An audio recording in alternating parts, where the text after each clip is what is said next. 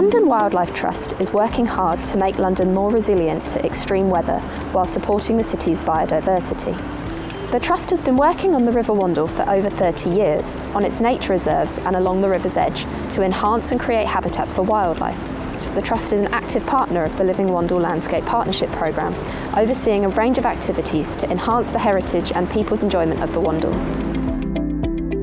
The 4-year Living Wandle Landscape Partnership project brings together expert organisations and community groups over a series of 28 different projects to conserve, enhance and maintain the special character that makes up the River Wandle and the surrounding valley, whilst at the same time we also want to make sure that local people are engaged and enthused with that special character.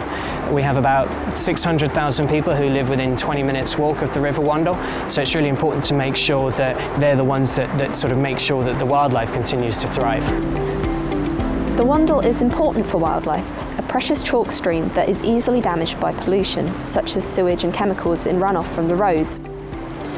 Much of London's sewer system is very old. It was built for far fewer people, using far less water than we have today. Our sewer systems can't cope with all the extra water going into them.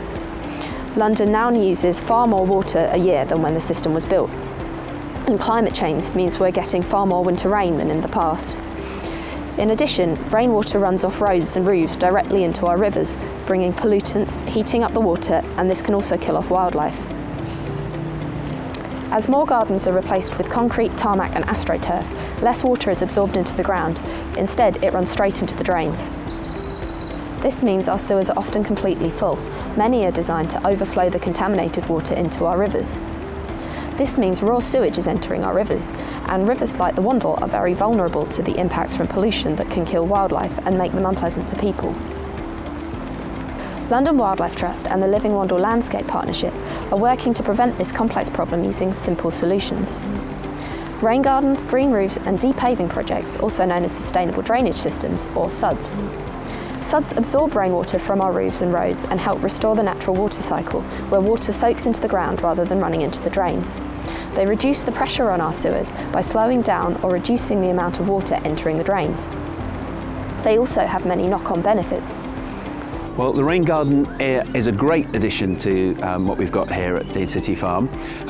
We have a lot of surface water and we're very low-lying, so managing drainage and mud and stuff has been quite a big deal for us. So I was really interested to hear about the project, and at the time we'd just built some new aviaries with quite a lot of roof, so it worked out very well because we could take the rainwater off those roofs, put it into a couple of big tanks, one of which feeds the rain garden and one of which we use to water the rest of our gardens. And the rain garden itself is a specially planted little area.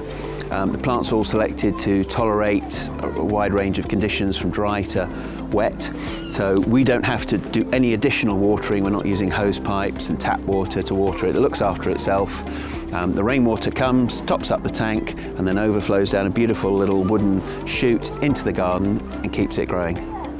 It's surprising how much of an impact using a rain garden planter can have. Several of the projects that I've worked with the London Wildlife Trust on are in housing estates in London, and it brings the opportunity to have greenery all year round, where before there was just paving and bricks. The way we build them, they're at a height that's accessible to all, and there's nothing quite like seeing spring flowers blooming when you're surrounded by grey skies and grey walls. So to help, you can get involved by creating a rain garden in your own community, or in your own garden even. So they're easy to build yourself, and there's lots of information on our website.